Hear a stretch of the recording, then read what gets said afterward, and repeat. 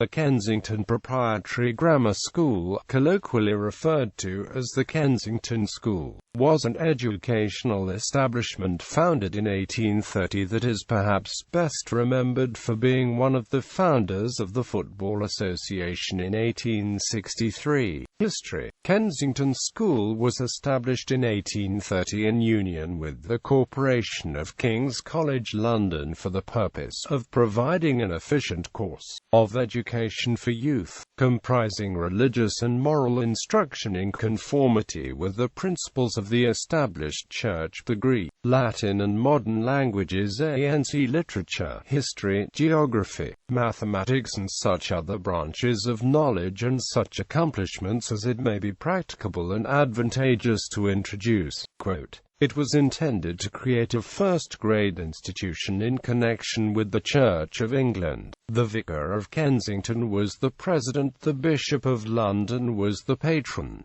The school opened on the 24th of January 1831, with 20 pupils. The proprietors had taken a house on a short tenure in Kensington Square, the intention being that if after a trial period of 2 years the school was a success they would either take a lease or go elsewhere. The school quickly established itself. The system of education to be adopted was prepared a few days before the school opened in 1831 by the Rev. T.S. Evans, the first headmaster. Approximately one-third of the boys' time was to be devoted to the study of Latin and Greek, slightly more time to religious instruction, history, mathematics and arithmetic, and slightly less to French, geography and writing. The monitorial system of teaching was employed, whereby the masters taught only the monitors who in turn passed on the instruction they had received to the school fellows. By the time the school was about to take possession of the new schoolroom in January 1834, this system was abandoned in favor of the boys being divided into 6 separate classes. These classes were all held in the one large room until 1837, when 2 new classrooms were added to the existing building. In 1838 the school acquired the next-door house at No.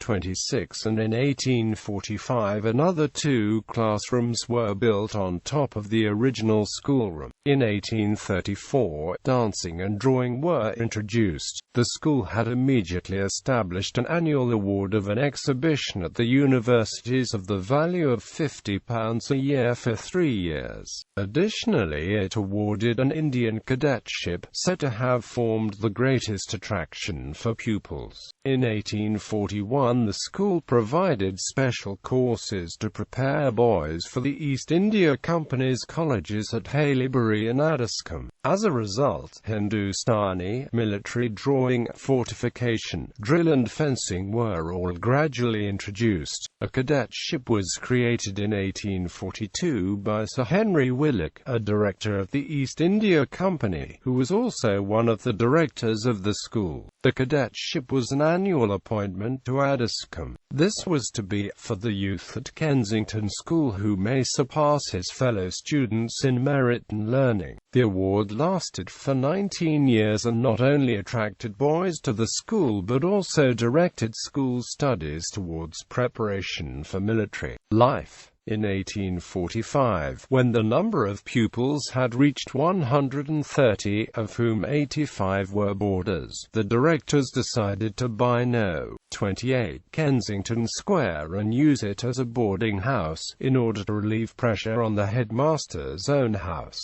However, only a part of No. 28 was used in this way, the rest being let to the second master at £70 per annum, while his former residence at No. 26 was added to the headmaster's house. In 1849, gas lighting was installed in the lower rooms at Nos. 26 and 27, and later the school library was in No. 26. More classrooms were built in the back garden of No. 28 in 1853.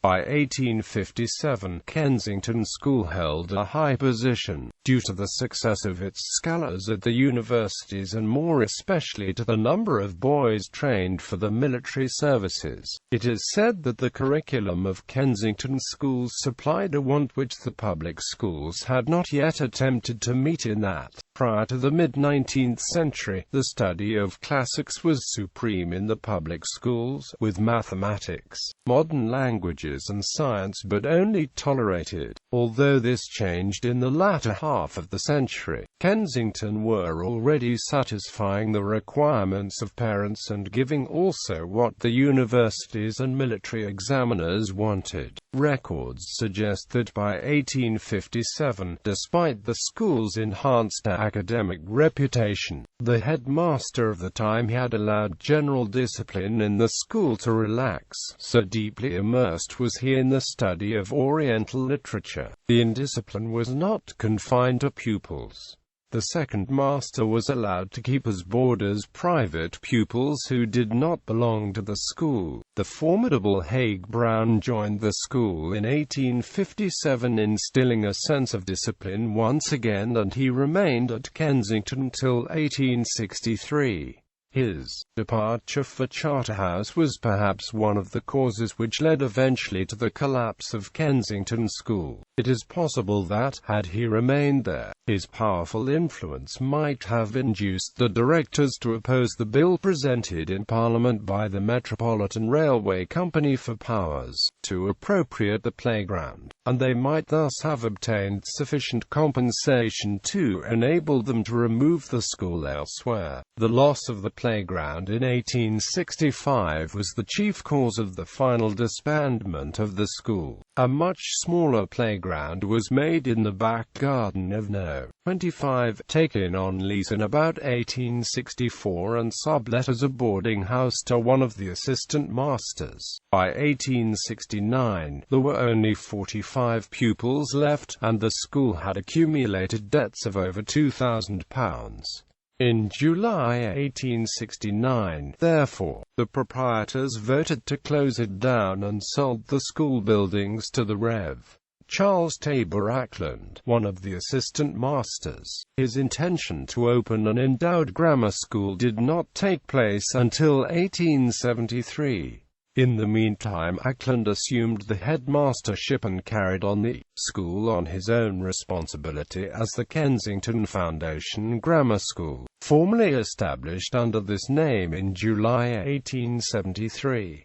Under Ackland's headship the school flourished, and within 10 years of reopening it had 130 pupils. In 1881, Ackland resigned and soon numbers began to fall off, particularly after the opening in 1884 of St. Paul's School in Hammersmith, only 1¼ miles from Kensington Square. In 1890 the headmaster tried to close the school, but the trustees would not allow this, and it struggled on for a few more years until in 1896, when there were only 10 or 12 pupils, it did finally close. The trustees, who by then had let all 5 houses fronting the square to private tenants, still hoped to use the back premises for educational work, and the scheme for the Kensington School of Science and Art received the approval of the Charity Commissioners in 1898, but was abandoned when the trustees found themselves unable to pay off the mortgage debt on the property. Sport. The school was also famous for its athletic attainments and for the zeal with which all games, especially cricket and football, were pursued. It contributed more than one captain to the Cambridge and Oxford University 11s,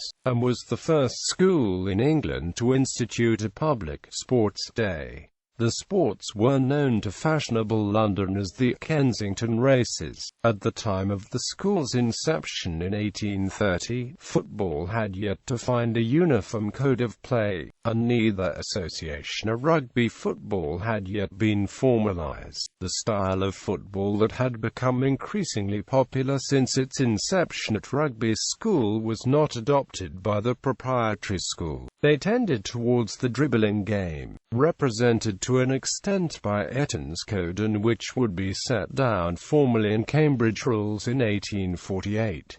However, even the apparent acceptance of these rule sets for these two variations in the game did not avert controversy over the rules by which teams should play, with the exception of a rationalized and uniform football culture that was emerging in Sheffield in the 1850s. Across the United Kingdom, from club to club and school to school, there was little agreement over the elements of a football game, be that the time it should take to play it, the number of players in a side, or indeed whether running with the ball was illegal or not. Teams had to agree on rules before a match, or had to agree to play the code of each team for one half of the match each, in order to allow matches to take place without such constraints and problems. A number of captains and representatives from various London clubs met at Freemasons Tavern in Lincoln's Inn Fields on the 26th of October 1863.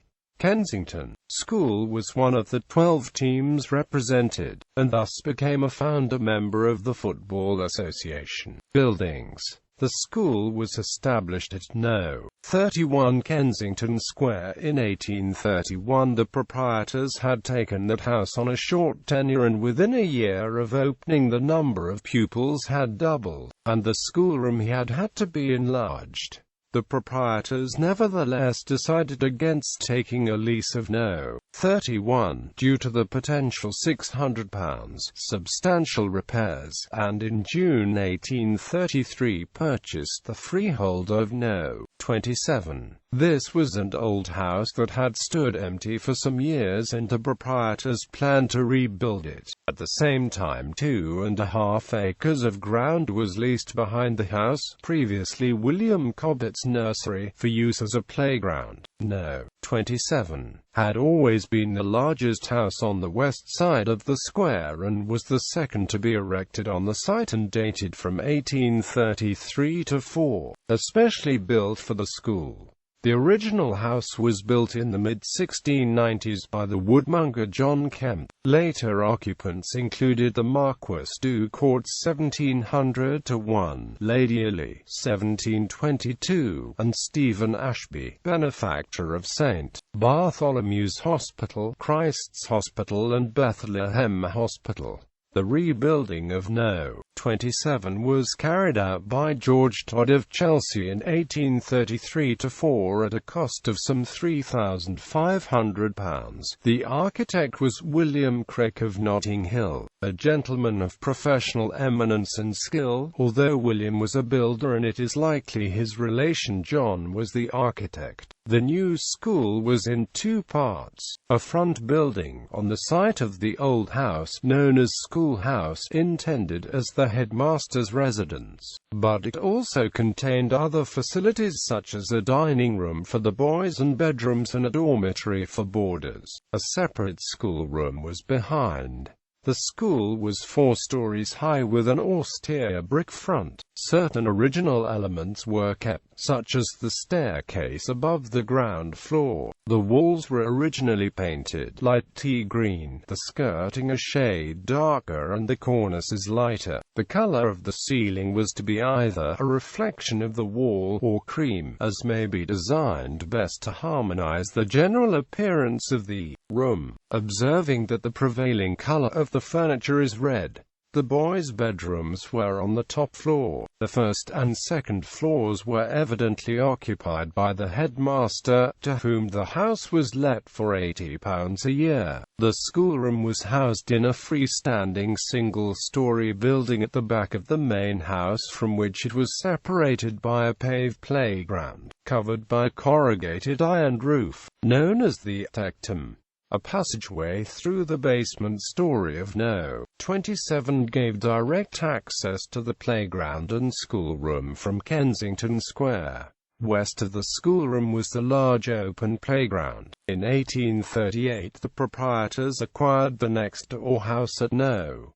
26, where 2 more classrooms were erected in the back garden. At the same time the tectum was extended behind No. 26, with the house itself was leased to the school's second master for £65 a year. In 1845 another 2 classrooms were built on top of the original schoolroom. In 1881, the year of Ackland's resignation, the trustees spent £3,650 on building works at the school, enlarging classrooms and building 5 courts behind Nos. 28 and 29, and other various alterations. The alterations at the 3 houses were partly intended to prepare them for letting to private tenants as the school contracted. In 1898 the whole site was then offered for sale at auction but failed to attract a buyer, and in 1900 the trustees agreed to sell it to Derry and Toms for £20,500, but this was superseded when the Crown, which had been negotiating to buy the freehold of various properties occupied by Derry and Toms, agreed to buy the freehold of the grammar school site and let it to Derry's on a lease expiring in 1949.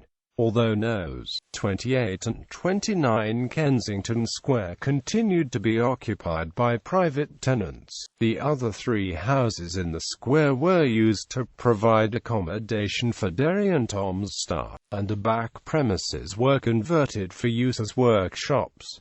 The only survival from the days of the school is the cottage behind No. 28, known as 27, which is the new building of 1846. Headmasters: Rev. T.S. Evans, Francis Hesse, Robert Payne Smith, Rev. William Haig Brown, Joseph Bickersteth Mayor, Rev. Samson Kingsford, M.A., Rev. Charles Tabor Ackland. Notable former pupils: John Thomas Abdy, academic; William Alexander Forbes, zoologist;